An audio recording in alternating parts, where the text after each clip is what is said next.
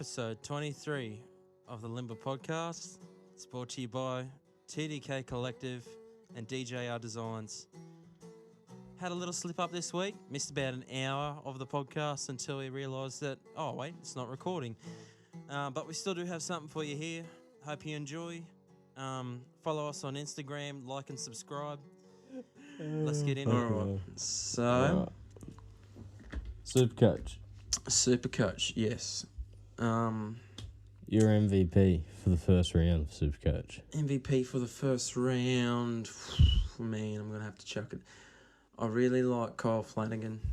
I picked him for 6, but he can play halfback.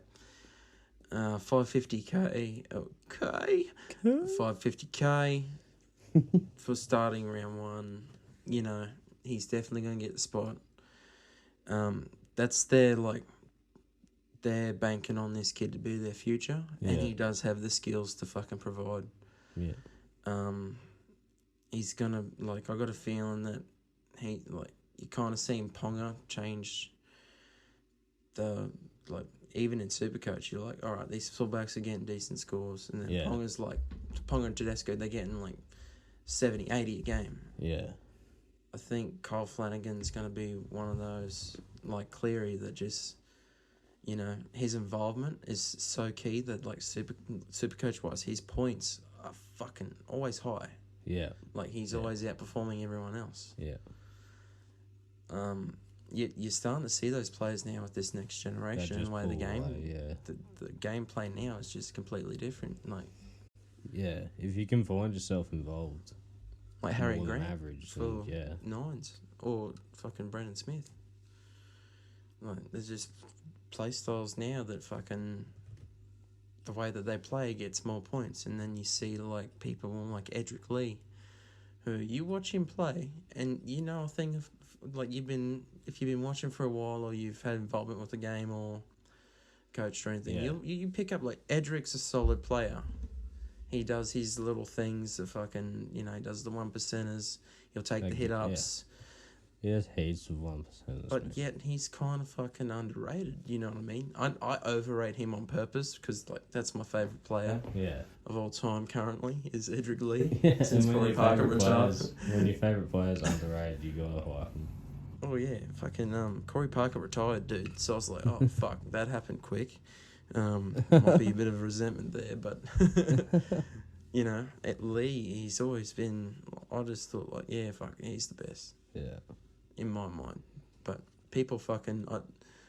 I comment it for comedy reasons, but people laugh at it because let's face it, the rugby league community digitally on comment sections is just fucking retarded. Some of them are, and I hate to use the R word, but I gotta fucking make this stand out. Sometimes I look at it, and it can't be that often though. I look at it and I'm like, alright, he's trolling on purpose for sure. But then you scroll and you're like, well, not all of them can be trolling on purpose. They're all just it's literally 90% negative. And then, when Facebook has to come in and go, okay, we're going to try and show all the positive comments at the top. And then, you just get down to the section, it's just foul. What? This dude's just trying to live his best fucking life. And you're going to, say, no, he's fucking shit. It gets real brutal, and there's no need for it. Scooter. Slap your scooter and get rid of him now. Yeah, you gotta make Call 1-800 Skeeter Slap to get your fucking order in today. Skeeters biting you. Use product code yowmeneezy for 20% off at checkout. That's Skeeter Slapper. Skeeters at Hussey Creek, and also at Limbah Creek. They get pretty fucking hectic in the summertime. Yeah. Local fucking. Just the mugginess, they just breed crazy, and then, if you don't take Aerogard when you fish up a creek, you might need to look into getting some, because it gets fucking a bit wild up creek. It gets a bit swarmy. You will suffer. Yeah, for sure. If you don't have any irregardless if you don't have much choice but to head down creek. Yeah, go back out the mouth, get some fucking, some breeze around. That open breeze is a cruel mistress, but you need to contend with her to catch the good fish. I hate fishing windy days. Windy days are fucked. Yeah. Wind is a bunch of bullshit. Bit of breeze is nice, keeps you cool, but as soon as that breeze turns from breeze to wind when describing, you're in for a fucking shit time. Yeah, fucking lip burn. Lip burn. When your lips get burned from the wind, which is an actual thing, is like top 3 for me. Like, that was just the worst moment of my fucking life. I got real bad once, and dude, I'm fucking putting on the Carmex fucking bullshit and putting on the fucking, what's it called? The fucking chapstick shit. Yeah. And nothing could stop it from hurting. Then trying to eat and drink, you're like, this is just... That's just splitting. Yeah. Wear a fucking... like, I try to wear the face mask like all the time now, just to protect from sun and fucking wind. Yeah. People look at you like you're a terrorist on the water because they can't identify who the fuck you are. But hey, like, I'm just here to fucking... Just trying to catch fish. Drop the dynamite on the flathead, the fucking Z-Man 3-inch me nose. Purple Death. I'm just trying to drop that bomb on a flathead. That's all I'm doing, man. Little fucking... Oh, let's talk about this, because this gets me fired up. How do you feel about, 1, jet skis riding through a channel real close to fishermen, flying past, not giving a fuck? And 2, what was my second one? Fuck, I spent a lot of time on that first one. We'll start with that one. I'll try and conjure up the other one that I thought of. Like, you gotta share the water because it's all fucking recreational activities, I suppose, but in the end, it's all courtesy. Like, if you could see someone's fucking sitting there bait fishing with lines out, don't come fucking 20 within, you don't need to fly past at fucking ridiculous speeds, like 20 metres away from the boat. It's just going to piss people off. Yeah, fucking oath. You slow down, I yell at them sometimes, like, slow down, you fuck. If they're being wankers, I will, but if they're being good, then there's no problem. Like, I just remember the other one. Not coming in too close, not fucking... if they have no choice but to come past you close, slow down a little bit, that's fucking nice to see, Cops just like what you do when you come past fucking boats in a boat, Remember how the cops went past us? We thought, oh, we're fucked. But they two big fucking vessels heading up towards Caloundra from Hussey Creek just cruised slowly past us because they knew we were fishing. And they sent us a little wave. And then they went away. How much does it shit you? This is like the worst. For me, it's like human contact while you're kind of all doing the same thing. Worst thing for me on the water is when you're going fishing, when you wave to a boat as you pass them, because traffic. And they don't wave back. And they don't wave back. They just stare at you. That's the fucking worst. I can't trust you for a minute. Can't trust We're all doing the same thing. We're all having, this experience of fishing, and you can't fucking wave back. Are you fucking serious? Where's your fucking water courtesy, mate? We've been out here for years doing this fucking running up creek with the 2-stroke, putting out the pots coming out the mouth, really flicking for flathead you, until the day fucking ends. And these cunts, they can't even fucking wave back to me when I'm masked up. How many times does it happen, man? Oh, fucking... It's like, as soon as you get out, like, up creek, when you actually know a few people that, like, yeah, I recognise that boat. Hey. Yeah.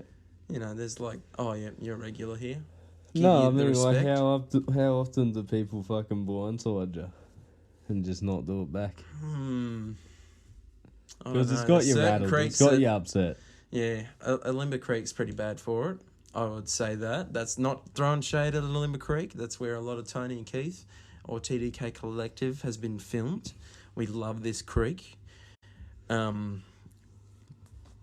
like me and my mate Josh, we went fucking flicking at Hornybrook Bridge. Yeah.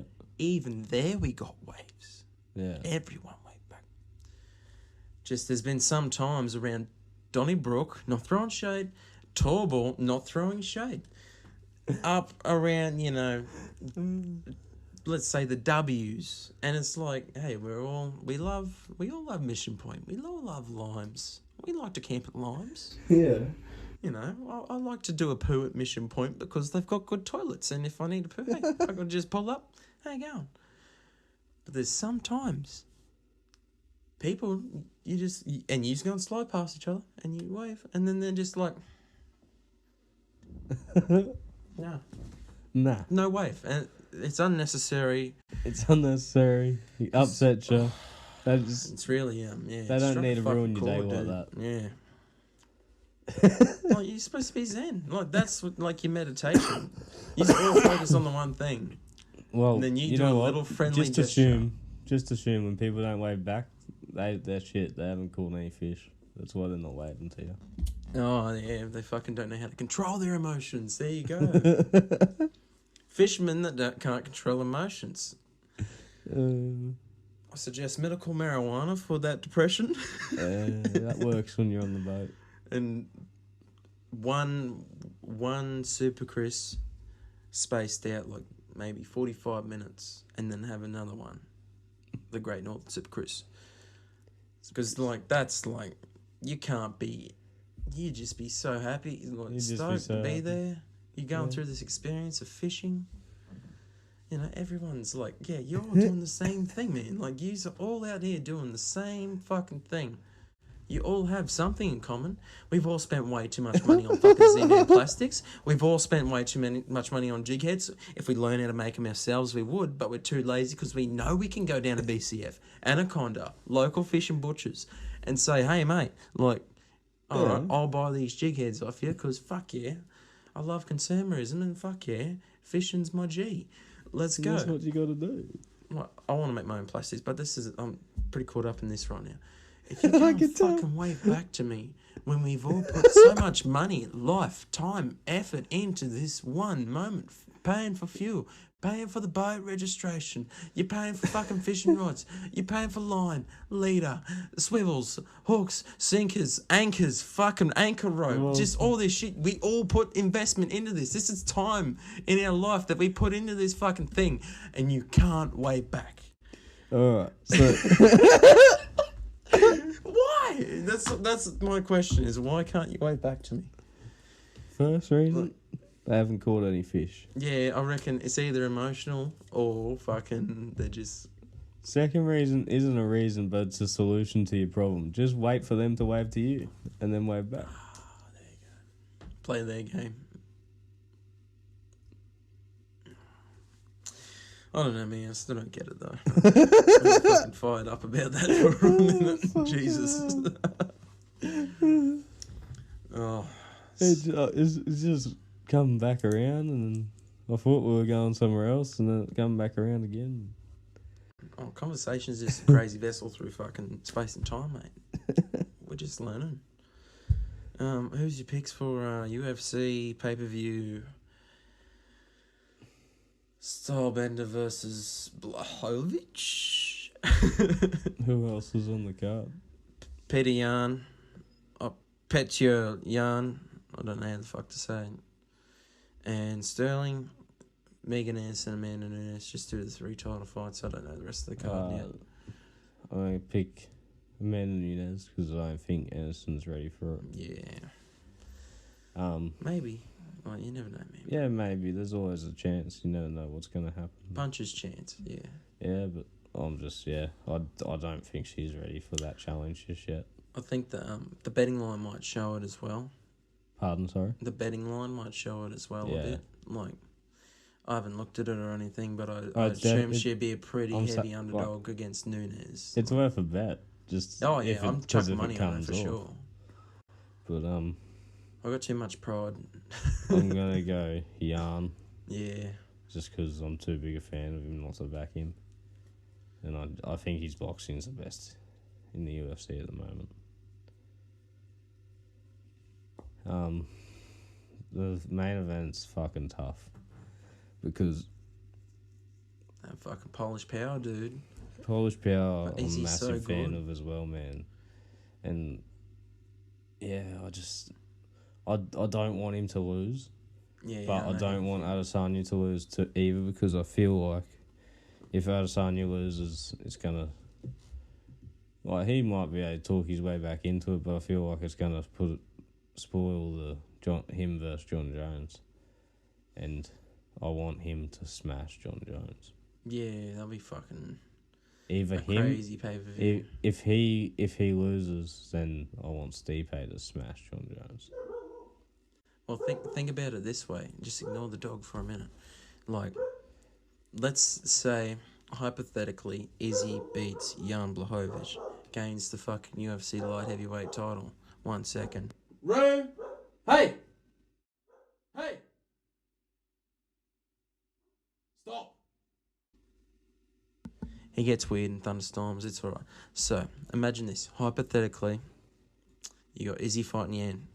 Izzy wins the fucking 205-pound belt. Yeah. And let's say John Jones gets the winner of fucking Stipe versus Ngannou. John Jones has an amazing performance. He wins the fucking heavyweight title. Izzy could possibly be the first fucking 3-division world champion this year. Possibly, yeah. Like, he could do it this year. Depends how quickly they'd make those fights happen. Because if they don't make we don't know how Izzy looks at 205 yet. If they don't make them happen quickly, then Izzy's going to have to defend his middleweight belt, otherwise they'll strip him. Yeah. They'll because it holds up divisions. That's the only thing. Yeah. It holds up divisions. Like, it took middleweight to come back from from GSP, just winning it and then fucking off. Like, but from my heart, I'm gonna go with Blachowicz, Polish Power. Polish Power. Yeah. He's great. He's awesome. He's a sick cunt. I'll tell you who I think's gonna win, and then I'll tell you who I'm going for. I do think Adesanya's gonna surprise him though. But I want Polish Power to win. Fuck yeah. Like, it's one of the as a fan, this fight is kind of like, you know why it's happening, but you like them both so much that you're like, fuck, if either of them loses, I'm gonna feel so fucking bummed. Yeah. Yeah. Like, it forces you to pick, like, and it sucks when you're going for someone and they get smashed, but then you understand, like, alright, maybe step back from a fan's perspective and watch it from here. Like, look how he moves compared to him. Yeah. They like break down the martial arts sort of things through that scope of seeing shit. I think I'm going Sterling. I think he's gonna just. He's been building up to this, and his grappling's next level. He's fucking, and he's one of my favorite fighters. But I got too many favorite fighters at fucking 135. Yeah, that's definitely going to be a Sugar difference. Show. If he can put Jan down on his back, it turns the fight into a completely different fight. Yeah. I'm also going. I really hope Meg wins, but like, I'll just say I really hope Meg wins. Going for 110%, but it is the greatest female fighter of all time, and I don't think she's out of her prime. That's all I'll say about that. And because I don't want to disrespect anyone, because they're all just trying, like, they've all got the same thing going on. Yeah. They're just trying to be their best. But I think Izzy's gonna win. He could his technicality with how he fucking structures his stand up, like, whatever that is, that free flowing fucking form of feints and picking up on, like, the way people, like, he downloads how they move, and he knows exactly where his strike's gonna land when he throws it, and like, he's just on a next level when it comes to that. But like, Yan doesn't move like Izzy, but he has great stand up. Yeah, for sure, man. He knows, like, he does these little fucking short hooks. His boxing's tight as, man. His body kick fucking ruined Dominic fucking Reyes' ribs. Like, that first one, bah! I was like, holy fuck. Like, he broke his fucking ribs. And then he kicked it again, and it was a big fucking bruise. I was like, this dude's suffering today. And then he fucking does that sneaky fucking, like, it looked like a nothing left hook. Knocked him out. Yeah. Knocked him down at least. Yeah. He fucking killed Rockhold with that same little fucking left hook. Like, if he hits Izzy's gonna have to feel fucking Polish fucking 205 power. Like, one shot knockout fucking shit. And Jan Blachowicz is fucking known for beating these 185ers that come up. True. He beat Jacare and he knocked out fucking Rockhold. True. And I think, like, if he fought Weidman 205, he'd fuck him too. Oh, yeah. Like, it's at that It's going point to now. be very interesting because I'm keen for the paper. Like, Izzy's been knocked out before in kickboxing, so he can definitely be knocked out by Polish power. But we'll see what happens. Izzy's going to have to be on sharp and quick. That's why I'm wondering, like, if the move up in weight makes him that little bit slow with his speed, he'll still be quick, but he's lightning at middleweight. Like, he reckons he's not going to put that much weight on. He could probably fucking... He might have... He'll have to put on a little bit. Because Jan's strong as fuck, and his grappling's, like... He's solid, man. Like... But he reckons that's what him and his coach have been saying, that he's not going to have to put on too much. It's so interesting. Like, it's the fight that's got me really, like, yeah, I got to see this. Like, this is must watch for me. It's going to be a fucking... one that I'm going to be excited for. Yeah, fuck for yeah. sure. Alright, we'll wrap it up here. We fucking had a big fuck up at the start of the podcast. We recorded a whole hour and the audio wasn't recording correctly. Yeah, we're doing good. But yeah, another learning curve. We'll put the work in. We'll fucking man. key it in. We'll get there. Alrighty. Hello.